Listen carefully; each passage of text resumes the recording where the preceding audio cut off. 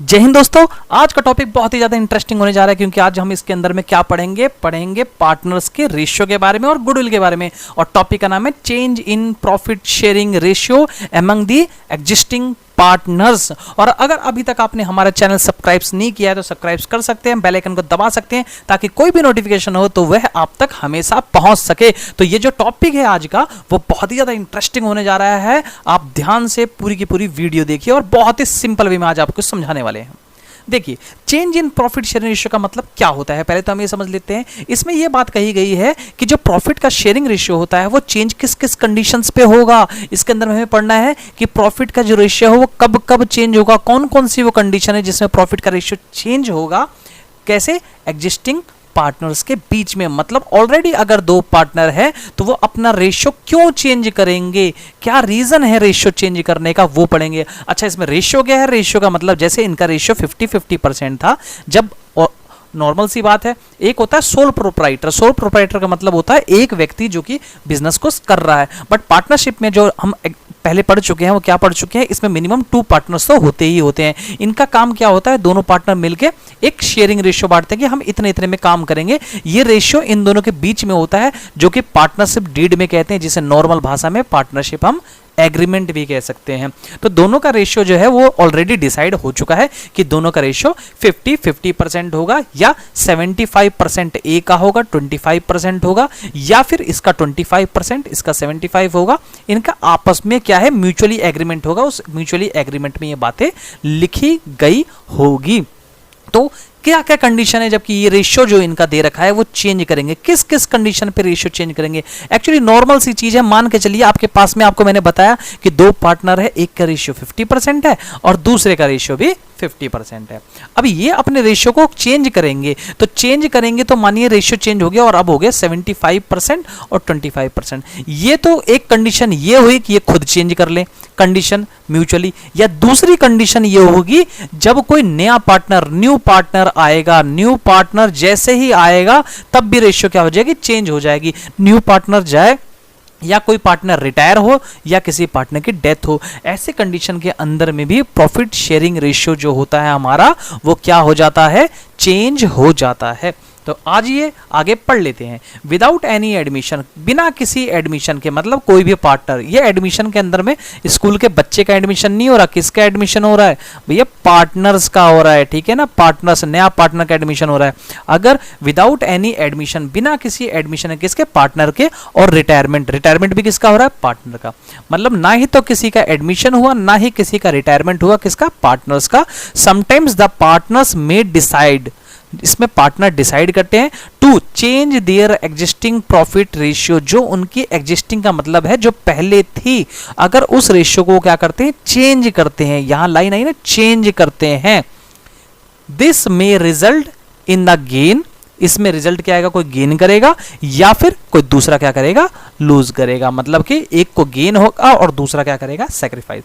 बिल्कुल normal condition में समझ लेते हैं। लेट टेक्स एग्जांपल, हम एक एग्जांपल ले लेते हैं और एग्जांपल के अंदर में इस बात को क्या करते हैं, समझ लेते हैं। तो देखिए, ध्यान दीजिए, मैंने आपको बताया कि ए और बी दो पार्टनर है, एक का 50% रेशियो है, दूसरे का भी हमारा कितना है, 50% रेशियो। ये तो हो गई हमारी ओल्ड बात, मतलब ओल्ड रेशियो। अब क्या रेशियो इन्होंने कहा, इन्होंने कहा भैया न्यू रेशियो हम चेंज करना चाहते हैं। आप कुछ भी चेंज कर लीजिए। लेट्स एग्जांपल हम ले लेते हैं 60-40 कर लिया। तो जैसे इन्होंने 60-40% किया तो आपको क्या दिखाई दे रहा है कि इसने क्या किया, इसका 50% से 60% हुआ। इसका मतलब इसने क्या किया, गेन किया। गेन किया कितना, 10%। और इसका क्या हुआ, 50% से 40% हुआ। इसका मतलब इसका रेशियो कम हो गया, इसने क्या किया, सैक्रिफाइस किया। तो एक का लॉस होगा, ठीक है, और दूसरे का क्या होगा, दूसरे का गेन होगा। मतलब एक का प्रॉफिट हो रहा है तो दूसरे का लॉस हो रहा है। मतलब जब तक कोई शेयर देगा नहीं तब तक दूसरा कैसे लेगा। इसका मतलब क्या हो गया, यही इसमें हमें पढ़ना है कि इस कंडीशन में जब नया पार्टनर ना आया है और ना कोई रिटायर हुआ है, उस कंडीशन पे अगर प्रॉफिट को चेंज करेंगे तो क्या होगा, कोई गेन करेगा तो कोई सैक्रिफाइस करेगा। यही इसके अंदर में लिखा हुआ है। आई होप आपको ये स्लाइड समझ में आ गई होगी। चलिए अब नेक्स्ट स्लाइड पे चलते हैं। Reconstitutions happens because of following reason. किस किस कंडीशन से रिकॉन्स्टिट्यूशंस होता है, इसका मतलब होता है चेंज करना। रिकॉन्स्टिट्यूशन का मतलब होता है चेंज करना। किस किस कंडीशन से रिकॉन्स्टिट्यूशंस होगा, कैसे? पहला point, change in profit sharing ratio. अगर प्रॉफिट शेयरिंग रेशियो चेंज कर लेते हैं, कौन चेंज कर रहे हैं profit sharing ratio? Existing partner. अगर एग्जिस्टिंग पार्टनर जो ए और बी थे, अगर उन्होंने 2:1 अगर उनका रेशियो और इक्वली कर लिया बाद में, मतलब क्या किया, चेंज कर लिया, तो उस कंडीशन पे भी हम क्या करेंगे, हम रिवैल्यूएशन करेंगे। किसको? हर चीज को। क्या होता है रिवैल्यूएशन? रिवैल्यूएशन का मतलब होता है एक्चुअल वैल्यू निकालना। आइए अब हम समझ लेते हैं रिवैल्यूएशन क्या है। रिवैल्यूएशन समझना बहुत ज्यादा जरूरी चीज है। देखिए ध्यान दीजिए कि ये हमारी हो गई कार की वैल्यू। अब ये कार की वैल्यू कितनी निकलती है? कार की वैल्यू निकलती है 10 लाख रुपीस। जब आपने परचेज करी तो हुई 10 लाख की, ठीक है।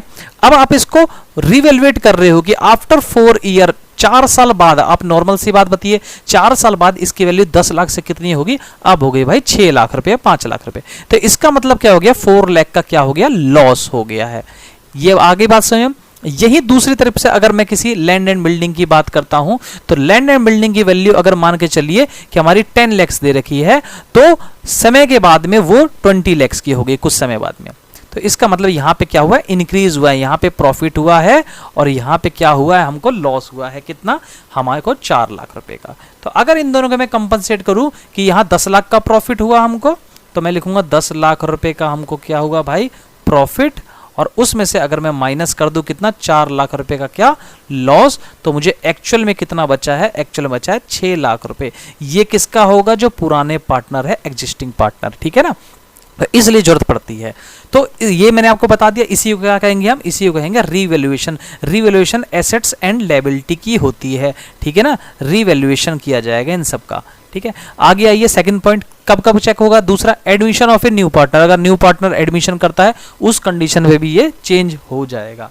देन थर्ड पॉइंट क्या कहता है? रिटायरमेंट और डेथ ऑफ एग्जिस्टिंग पार्टनर। अगर जो पार्टनर है अगर वो रिटायर हो जाए या उसके डेथ हो जाए, उस कंडीशन पे भी वो क्या होगा? रिकॉन्स्टिट्यूशन करना पड़ेगा। और फोर्थ पॉइंट मोस्ट इंपोर्टेंट, एमएलगमेशन। अभी आप लोग बैंकिंग सेक्टर में देख रहे हो, बैंकिंग सेक्टर में क्या हो रहा है? एमएलगमेशन हो रहा है। क्या मतलब होता है एमएलगमेशन का? मतलब जैसे वोडाफोन और आइडिया आपस में मिल गए, V4 वोडाफोन, I4 आइडिया, ये दोनों आपस में मिल गए, इसी को कहते हैं एमएलगमेशन। मर्ज हो गए। जब दो कंपनियां मिल जाती है तो उसको क्या कहते हैं? एमएलगमेशन कहते हैं, या फिर दूसरे वर्ड में मर्जर भी कहते हैं। आगे बात समझ में? तो यहां तक चीजें आप लोगों को क्लियर होगी। अब आगे मैं पढ़ देता हूं, आगे का क्या चीज दे रखा है हमको। आइए ध्यान से हम पढ़ लेते हैं। आगे का हमको क्या दे रखा है? हमें दिया है change in profit sharing ratio among the existing partner, जो कि टॉपिक का नाम है। तो इसके अंदर में इसने लास्ट पॉइंट क्या कहा है? सो द गेनिंग पार्टनर, जो गेनिंग पार्टनर होगा कंपनसेट करेगा किससे? सैक्रिफाइसिंग पार्टनर पे। कैसे? बिल्कुल सिंपल है। मैंने लास्ट स्लाइड्स में आपको बताया था ए और बी इन दोनों का हमको क्या दे रखा है? रेशियो है 50-50%। अब इन्होंने रेशियो क्या कर दिया? चेंज कर लिया। ये है ओल्ड रेशियो। अब जो न्यू रेशियो है वो इन्होंने चेंज कर लिया। इन्हें कहा भाई मैं लूंगा 60%, तो दूसरे का क्या हुआ? 40%। तो देखेंगे एक को हुआ गेन तो दूसरे को क्या हुआ? सैक्रिफाइस। तो ये यही कह रहा है कि आपस में कंपनसेट हो रहे हैं। तो गेन कौन कर रहा है? तो बोलेंगे गेन कर रहा है ए, लिखेंगे एज क्या कर रहा है? गेन। एंड बी क्या कर रहा है? बी इज सैक्रिफाइस, ठीक है। इसी बात को हमको लिखना है, इसी बात को हमको लिखना है कि ए गेन कर रहा है, बी क्या कर रहा है? सैक्रिफाइस कर रहा है। कैसे? यही चीज होगी हमारी। तो एक का गेन, दूसरे की सैक्रिफाइसिंग। तो आई होप ये भी आपको समझ में आ चुका है। चलते हैं अब नेक्स्ट स्लाइड के ऊपर में। अब क्या कहता है? Adjustment required at the time of change in profit sharing ratio. किस किस चीज की एडजस्टमेंट होगी? ये आपने सेकंड स्लाइड में क्या पढ़ा है कि ये सब चीजें हैं जब चेंज होगी। अब कहता है कि क्या क्या चीज चेंज होगी ये मुझे बताओ। तो अब आगे पढ़ लेते हैं कि क्या क्या चीज चेंज होने वाली है। देखिए जब कभी चेंजमेंट होता है तो चेंजमेंट एक तरफ से नहीं होता, कई जगह से होता है। तो इसमें कहता है determination of sacrificing ratio and gaining ratio. पहले तो आपको निकालना होगा सैक्रिफाइसिंग रेशियो क्या है, और फिर आपको निकालना होगा कि हमारा गेनिंग रेशियो क्या है। ये दोनों चीजें हमको क्या करनी पड़ेगी? निकालनी पड़ेगी। आगे क्या कहता है? Accounting for goodwill. भाई गुडविल की एंट्री भी आपको क्या करनी पड़ेगी? गुडविल की एंट्री पास करनी पड़ेगी।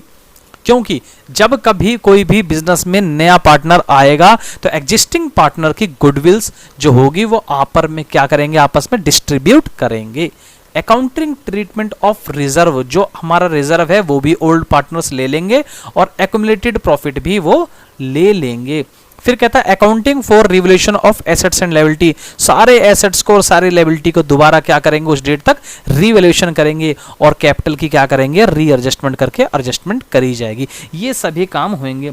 अब मन में क्वेश्चन ये आता है कि भाई ये रिवोल्यूशन कर क्यों रहे हो, तो बताओ, बिल्कुल सिंपल सी बात है, आप सोचिए क्यों कर रहे हैं रिवोल्यूशन, क्या जरूरत पड़ रही है रिवोल्यूशन की, भाई हम नहीं करें रिवोल्यूशन तो क्या हो जाएगा, कुछ भी तो नहीं होगा, लेकिन देखा जाए तो बेचारे के साथ में बहुत तगड़ा लॉस हो जाएगा। आइए हम बता देते हैं आपको कैसे लॉस होगा। जब मान के चलिए लेट्स एग्जांपल हम ले लेते हैं, बिल्कुल सिंपल एग्जांपल लेंगे और बिल्कुल क्लियर आपको समझ में आ जाने वाला है। देखिए एग्जांपल ले लेते हैं, मान के चलिए में कि फर्म की जो एसेट्स दे रखी है हमको, वो एसेट्स है 50 लाख रुपीस की, 50 लाख की एसेट्स होगी और लायबिलिटी जो होगी फर्म की वो होगी कितने की, 20 लाख रुपीस की। तो आप लोगों को पता है एसेट्स में से अगर मैं लायबिलिटी माइनस करता हूं तो मेरे पे आती है कैपिटल, मतलब इतने रुपए की उसकी कैपिटल है, इतने रुपए का उसका बिजनेस है, तो आ गया बिजनेस वैल्यू आ गई 30 लाख रुपीस की, मतलब 30 लाख रुपए की उसकी कैपिटल की वैल्यू निकल गई। अब मानिए कि दो पार्टनर्स थे ए एंड बी, तो आपस में क्या उन्होंने काम किया और 30 लाख रुपए की उन्होंने इनकम जनरेट करी, तो ये आपस में डिस्ट्रीब्यूट कर सकते हैं। लेकिन मानिए अब सी नाम का नया बंदा आया तो उनके डिस्ट्रीब्यूशन के अंदर में 3 हिस्से लग गए, पहले 2 हिस्से लग रहे थे तो 15-15 लाख मिल रहा था, अब 3 हिस्से मिलेंगे तो 10 लाख रुपीज ईच मिलेगा। तो क्या हुआ, सी को हो गया फायदा और इन दोनों को हो गया कितने रुपए का नुकसान, इस भैया जी को हुआ 5 लाख का नुकसान और इसको हुआ 5 लाख का नुकसान, इन दोनों को 5 लाख का क्या हुआ है, लॉस हुआ है। आइए कंडीशन नंबर तो ये हो गया केस नंबर 1, इसे लिखेंगे केस नंबर 1।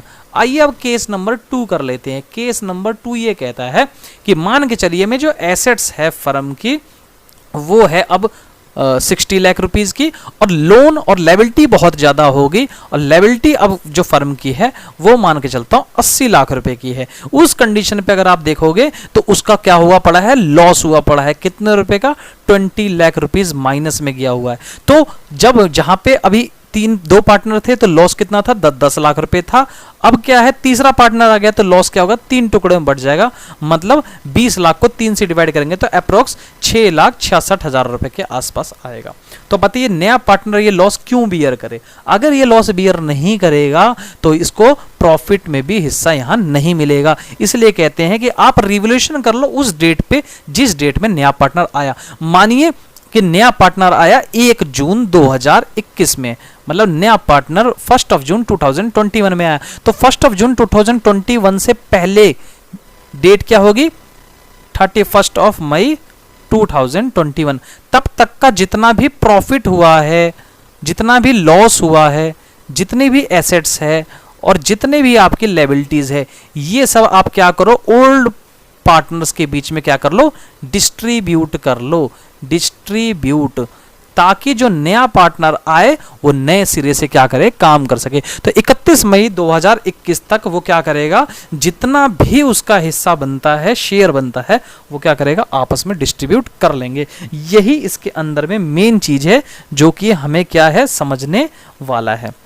ठीक है, तो आइए आगे कर लेते हैं। अब हम लोग आगे क्या दे रखा है, आगे दे रखा है हम लोग सैक्रिफाइसिंग रेशियो। क्या होती है सैक्रिफाइसिंग रेशियो, ये बिल्कुल सिंपल है। देखिए सैक्रिफाइसिंग रेशियो कैसे निकलेगी, यही हमको समझना है। भैया ओल्ड रेशियो में से अगर मैं न्यू रेशियो को माइनस कर देता हूं तो मेरे पास जो निकल के आता है उसी का नाम है सैक्रिफाइसिंग रेशियो। ये मैं आपको बहुत जल्दी समझाने वाला हूं कि कैसे सैक्रिफाइसिंग रेशियो है। सिंपल से वर्ड के अंदर मैं बोलता हूं, अगर ओल्ड रेशियो हमको दे रखा है मानिए 50% 50%, अब क्या हो गया, जो न्यू रेशियो हो गया उसने कहा 60% और 40% हुआ, तो मैं ओल्ड रेशियो में से न्यू रेशियो को क्या कर दूंगा, माइनस कर दूंगा। जो मेरा आंसर प्लस में आएगा वो होगा सैक्रिफाइस और जो आंसर मेरा माइनस में आएगा वो होगा क्या, गेन। बस यही 2 चीज थी। अब गेनिंग रेशियो क्या है, गेनिंग रेशियो जस्ट उल्टा है। अगर न्यू में से ओल्ड को माइनस कर देता हूं तो क्या निकल जाएगा, गेनिंग रेशियो। बिल्कुल सिंपल। तो मैंने क्या कहा, सैक्रिफाइसिंग रेशियो निकालने के लिए अगर मेरा प्लस में आता है तो सैक्रिफाइस, माइनस में आता है तो गेन। ये यही बात लिखा है कि यदि नेगेटिव में आपका आंसर आता है तो वो क्या हो जाएगा, सैक्रिफाइसिंग रेशियो हो जाएगा। किसमें, अगर आप गेनिंग रेशियो निकाल रहे हैं, जस्ट उल्टा हो जाएगा। मतलब सैक्रिफाइसिंग रेशियो में अगर प्लस का आता है तो सैक्रिफाइस, माइनस आता है तो उल्टा गेन। और ऐसी गेनिंग रेशियो में अगर प्लस का आता है तो गेन और माइनस का आता है तो सैक्रिफाइस। बिल्कुल सिंपल सिंपल सी चीज। देखिए इसी बात को इसने यहां पे शो कर रखा है कि नेगेटिव क्या होगा, सैक्रिफाइसिंग रेशियो किसमें, गेनिंग में। और इसमें नेगेटिव क्या होगा, इसमें नेगेटिव होगा क्या चीज, गेन। इसमें नेगेटिव होगा गेन और उसमें नेगेटिव क्या होगा, सैक्रिफाइस होगा। तो आई होप आपको ये स्लाइड्स भी बिल्कुल सिंपल वे में समझ में आ चुकी होगी। तो चलते हैं अब नेक्स्ट स्लाइड पे। नेक्स्ट स्लाइड कहता है गुडविल। क्या होती है goodwill, it's most important part. किसी भी बिजनेस के लिए सबसे इंपॉर्टेंट अगर कोई पार्ट होता है तो वो उसका सिर्फ और सिर्फ गुडविल होता है। गुडविल क्या है, आइए बिल्कुल पहले सिंपल वे में आपको समझा लेते हैं। आप लोगों को पता होगा आज जो आप ऑनलाइन क्लास ले रहे हो उसके पीछे में सबसे मोस्ट इंपॉर्टेंट हाथ किसका है, हाँ जी, जियो का। जियो का मतलब रिलायंस जियो। रिलायंस जियो ने क्या किया, सबको सबके जो चार्जेस हैं डेटा प्लान जो है वो सबसे मिनिमम कर दिया। और डेटा प्लान मिनिमम करने के बाद में लोगों ने जियो पे शिफ्ट हो गए। अब दो तीन लीडिंग कंपनी थी, मैं नाम लेता हूं समझाने के लिए, कि एयरटेल और वोडाफोन। एयरटेल और वोडाफोन दो बड़ी कंपनी थी और वोडाफोन प्लस में आइडिया आज हो चुका है, जो कि आप सबको मे भी पता ही होगा कि वोडाफोन आइडिया एक होके क्या हो गया, वीआई हो चुका है। और एयरटेल एक लीडिंग ब्रांड है। ये दो कंपनी के बीच में बहुत ही जबरदस्त कंपटीशन हुआ था जियो का। और आप ध्यान दीजिए, अगर एयरटेल से कोई जियो पे शिफ्ट हुआ है तो वह सिर्फ और सिर्फ एक कारण है, जियो की क्या है, उसके पीछे गुडविल। लोगों को लगने लगा ना जियो हमारे साथ चीट नहीं करेगा, जियो हमारे साथ में सबसे अच्छा काम करने वाला है।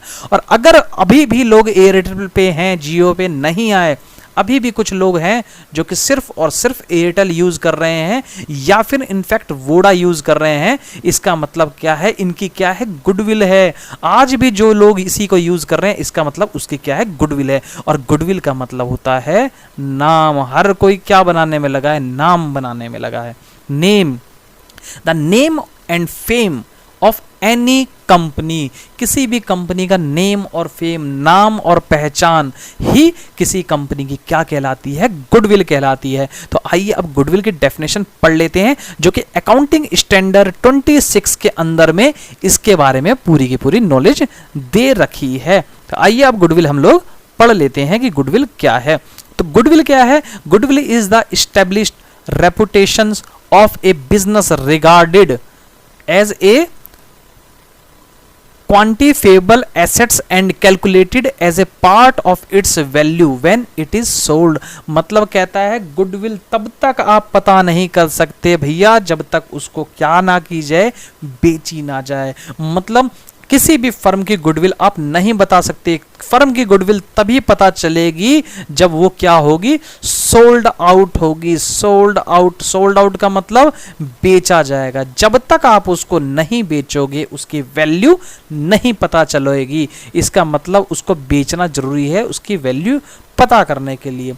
फिर भी अब हम वैल्यू कैसे पता करेंगे उसके बारे में भी सीखेंगे। It is a good name of the business, business का एक अच्छा नाम है। अर्न ओवर द ईयर्स, कई साल लग जाते हैं इसको क्या करने में, कमाने में। यही गुडविल की डेफिनेशन होगी। आइए कैरेक्टरिस्टिक, गुडविल की क्या कैरेक्टरिस्टिक है। देखिए goodwill is an intangible assets. Goodwill intangible assets है, इंटेंजिबल जिसको हम हाथ ना लगा सकें, जैसे हवा हो गया या ये सब चीजें जिसको हम टच नहीं कर सकते, सिर्फ फील कर सकते हैं। जिसको हम फील कर सकें वही गुडविल है। अब बताइए जियो कंपनी की गुडविल को आप कैसे टच कर सकते हो, वोडाफोन की कंपनी को कैसे टच कर सकते हो, हम टच नहीं कर सकते, सिर्फ फील कर सकते हैं या फिर महसूस कर सकते हैं कि भाई ये कंपनी अच्छी है या नहीं है। दूसरी, it helps to earn higher profit. Goodwill है तभी तो हाई प्रॉफिट है। अब जियो नाम जो है वो जियो तो इनका अपना ब्रांड बना दिया इन्होंने, जबकि कंपनी का जो नाम है वो आप लोगों को पता है कि कंपनी का नाम क्या है। कंपनी का नाम है रिलायंस। रिलायंस के नाम से है पूरा नाम रिलायंस जियो। रिलायंस का नाम ही काफी है इस प्रोडक्ट को चलाने के लिए, क्योंकि आज जो है रिलायंस का नाम मार्केट में बहुत ज्यादा है। तो it helps to earn higher profit, goodwill होगी तो ज़्यादा प्रॉफिट होगी। It is a valuable assets, ये एक वैल्यूएबल एसेट्स है। क्यों? क्योंकि इसकी क्या है, वैल्यू है। वैल्यू कब है? जब इसको क्या करोगे, सोल्ड करोगे, तब जाके इसकी एक्चुअल वैल्यू पता चलेगी। वैल्यू तो हम निकाल सकते हैं, बट एक्चुअल वैल्यू तभी निकलेगी जब उसको आप क्या करोगे, सोल्ड करोगे। ठीक है भाई, बिल्कुल simple. It helps to determine the true value of business, business की ट्रू वैल्यू निकालने में भी काम आती है। और वो क्या काम आती है, गुडविल। ये बिल्कुल सिंपल है। कैसे पता चलेगा कि गुडविल है फर्म में कि नहीं है? नॉर्मल सी कंडीशन समझ लो भैया, बिल्कुल सिंपल वे के अंदर में समझ लो। इतना टफ ये नहीं है जितना टफ आप सोच रहे हो। देखिए किस तरीके से, मानिए किसी कंपनी की कीमत जो है 50 लाख रुपए है, 50 लाख रुपीस की कोई कंपनी है, ABC company. ABC company 50 lakh की है और अगर उसके बदले कोई 80 लाख रुपए दे रहा है, इसका मतलब क्या है कि उसकी क्या चीज है, उसकी गुडविल है। क्योंकि वो जानता है कि मार्केट में उसका नाम है, मैं प्रॉफिट क्या कर लूंगा, जनरेट कर लूंगा। प्रॉफिट जनरेशन में सबसे बड़ा हाथ जो होता है वो क्या होता है, गुडविल का। आइए अब नेक्स्ट स्लाइड पे हम लोग चलते हैं। Factor affecting the value of goodwill, goodwill की वैल्यू को कौन कौन सी बातें हैं जो असर करती है? आप नॉर्मल सी बात बताइए, कौन कौन सी चीजें जो गुडविल को असर करेगी, आप मुझे बताइए। सारी की सारी कंपनीज के जो हेड ब्रांचेज हैं वो 2 ही जगह है, या तो वो मुंबई के अंदर में उनके हेड ब्रांचेज है, जितने भी बैंक है आप चेक कर लीजिए कि उनके हेड ब्रांचेज कहाँ है, मुंबई के अंदर में, या फिर दिल्ली के अंदर में। क्या खास बात है भाई इस 2 में?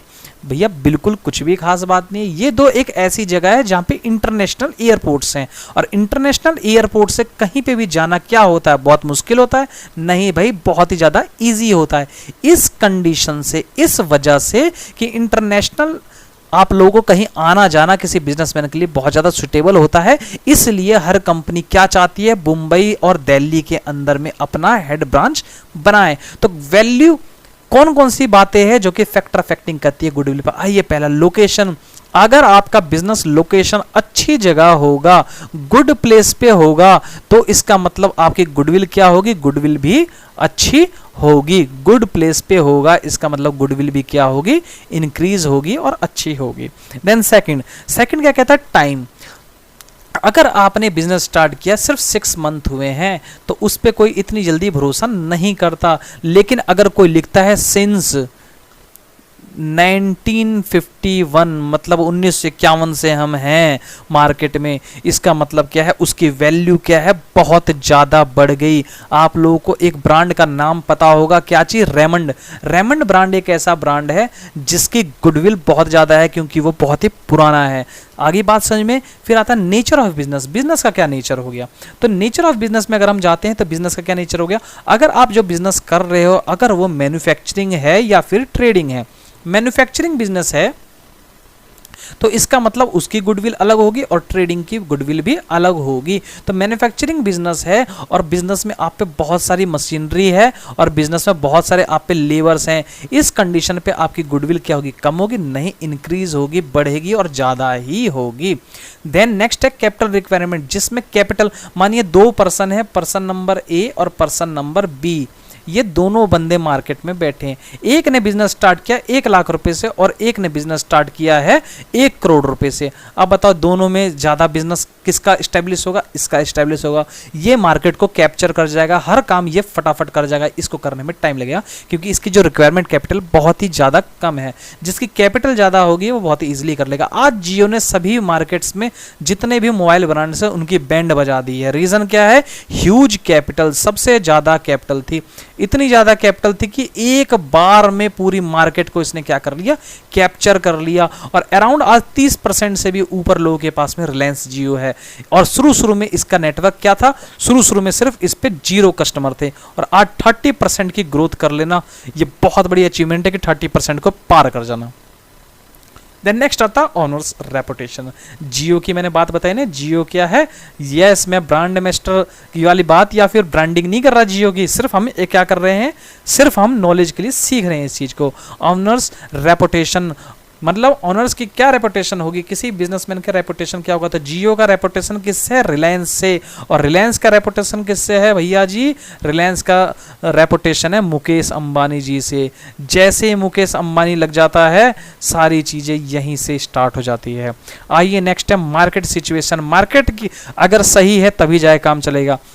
कोरोना सिचुएशन में आपने देखा कि मार्केट के अंदर में सबसे पहले मास्क की बहुत ज़्यादा डिमांड बढ़ गई, उसके बाद में आपको देखा सैनिटाइजर की डिमांड बढ़ गई, उसके बाद में आपने देखा कि सिलेंडर के जो ऑक्सीजन सिलेंडर के डिमांड बढ़ गई। इन सब चीज़ों के डिमांड बहुत तेज़ी से इंक्रीज हुए। क्या आप भी मास्क वगैरह के डिमांड बहुत ज़्यादा इंक्रीज होंगे? नहीं होंगे। शुरू में इनकी डिमांड बहुत इंक्रीज होती है और टाइम रहते रहते में ये डिमांड क्या होती है, डिक्रीज होती चली जाती है। इसका मतलब मार्केट सिचुएशन को देख के ही हमको वो बिजनेस करना। आज हम देखेंगे तो नेसेसरी आइटम पे ज़्यादा इन्वेस्टमेंट कर रही है कंपनी, या फिर हर कोई आज के टाइम पे ऑनलाइन आ रहा है। 2025 में जो काम ऑनलाइन होना था वो आज काम ऑनलाइन 2021 में हो रहा है भाई। इसका मतलब क्या हो गया कि आज हम एडेप्ट कर रहे हैं हर चीज़ को ऑनलाइन। और मोदी जी भी इस बात को प्रमोट कर रहे थे, भैया ऑनलाइन आ जाओ, ऑनलाइन आ जाओ। लोग ऑनलाइन नहीं आ रहे थे, देखो आज सबको ऑनलाइन आना पड़ गया। The trend of profit, profit का ट्रेंड देखना। अगर आपका हर साल ट्रेंडिंग प्रॉफिट हो रहा है तो ऑब्वियस सी बात है कि आपकी गुडविल भी तो ज़्यादा होगी और गुडविल इंक्रीज होती रहेगी। तो ये कंडीशन से जो कि फैक्टर अफेक्टिंग ये सभी बातें असर करती है किसके ऊपर में, द वैल्यू ऑफ गुडविल के ऊपर में। आई होप आपको ये स्लाइड्स भी समझ में आ चुका होगा। आइए अब नेक्स्ट स्लाइड पे हम लोग चलते हैं। नेक्स्ट स्लाइड कहता है methods of valuation of goodwill, मतलब कौन कौन से मेथड हैं जो कि गुडविल की वैल्यूएशन करती है। तो पहला मेथड क्या है, पहला मेथड है उसका नाम है एवरेज प्रॉफिट मेथड। दूसरा मेथड है उसका नाम है सुपर प्रॉफिट मेथड। तीसरा मेथड है उसका नाम है कैपिटलाइज मेथड। इसमें भी दो मेथड निकलते हैं, क्या चीज, कैपिटलाइज एपी मेथड मतलब कैपिटलाइज एवरेज प्रॉफिट मेथड, और दूसरा हमारा निकलता है कैपिटलाइज सुपर प्रॉफिट मेथड। ये दो मेथड हमको भी इसके अंदर में सीखने हैं। ये मेथड्स को मैं आप लोगों को करवाऊंगा जब इसके सम कराऊंगा, तो उसके साथ साथ में प्रोपोर्शनली आप लोगों को कराए जाएंगे। अभी मैं आप लोगों को एवरेज प्रॉफिट मेथड के बारे में समझा देता हूं कि एवरेज प्रॉफिट मेथड क्या होता है। तो बस अभी हम एवरेज प्रॉफिट मेथड ही इसके अंदर में समझने वाले हैं। तो एपी मेथड में क्या फॉर्मूला होता है समझ लेते हैं कि एपी मेथड में हमारा क्या फॉर्मूला है। तो एपी मेथड के अंदर में फॉर्मूला है हमारा कि एपी निकालिए। तो एपी का मतलब होता है एवरेज प्रॉफिट। तो देखिए आपको फर्स्ट ईयर, सेकंड ईयर और थर्ड ईयर 3 साल हुआ प्रॉफिट या लॉस, कुछ भी हो गया। इनफैक्ट मानिए आपको 50,000 इस साल प्रॉफिट हुआ, 20,000 रुपये अगले साल आपको लॉस हो गया और 80,000 रुपये आपको प्रॉफिट हो गया। तो आप कहोगे मेरा टोटल प्रॉफिट कितना हुआ, तो आप कहोगे टोटल प्रॉफिट 50 माइनस में 20 प्लस में 80। तो आप इसमें सब माइनस करोगे, 50 में से 20 तो आया 30 और प्लस में 80, तो आपका आ गया 1,10,000 रुपये आपका क्या आ गया, प्रॉफिट आ गया। तो टोटल प्रॉफिट आपका 1,10,000 रुपये आया। तो आप कहोगे एपी निकालो, पहले इसे कहेंगे average profit is equal to में टोटल प्रॉफिट डिवाइड बाय क्या, नंबर ऑफ ईयर्स। तो number of year total profit हो गया 1,10,000 रुपये, डिवाइड कर देंगे हम 3 से, क्योंकि कितने साल हैं, 1 2 3 4 होते थे, 4 से करते हैं। ये हमारा आंसर आ जाएगा, ये हमारा आएगा क्या, एपी। देन गुडविल हमको ये क्वेश्चंस में गिवन होगी। गुडविल इज इक्वल टू में क्या होगा, एपी इनटू में number of AP goodwill years, इसको हमको दे रखा होगा। तो हम क्या करेंगे, उससे मल्टीप्लाई। तो एपी जो हमारा आ गया, मानिए 3 साल से का है, 2 साल से का है, तो मल्टीप्लाई कर देंगे, ये हमारी क्या आ जाएगी, गुडविल आ जाएगी। तो बस हमको यही इसी तरीके से गुडविल निकालना है, जिसका नाम है क्या चीज, एपी मेथड। आई होप आपको यहां तक थ्योरेटिकल पार्ट इसका बिल्कुल अच्छे तरीके से समझ आ चुका होगा। नेक्स्ट स्लाइड के अंदर में जो हम सीखेंगे वो सीखेंगे कि प्रैक्टिकल्स क्वेश्चंस को कैसे निकालना है। और अगर अभी तक आपने हमारा चैनल सब्सक्राइब नहीं किया है तो सब्सक्राइब कर लें और बेल आइकन को दबा दें, ताकि हर नोटिफिकेशन टाइम टू टाइम आप तक पहुंचती रहे। और मेरी वीडियो को ज्यादा से ज्यादा आप शेयर कर सकते हैं, ताकि जिसको नीड है इस वीडियो की, जिसको नीड है इस चैप्टर्स की, जिसको नीड है ऑनलाइन क्लास लेने की, उस तक ये वीडियो पहुंच सके। और बहुत बहुत धन्यवाद आप लोगों का हमारे चैनल को सब्सक्राइब करने के लिए और लाइक करने के लिए। धन्यवाद। जय हिंद, जय भारत।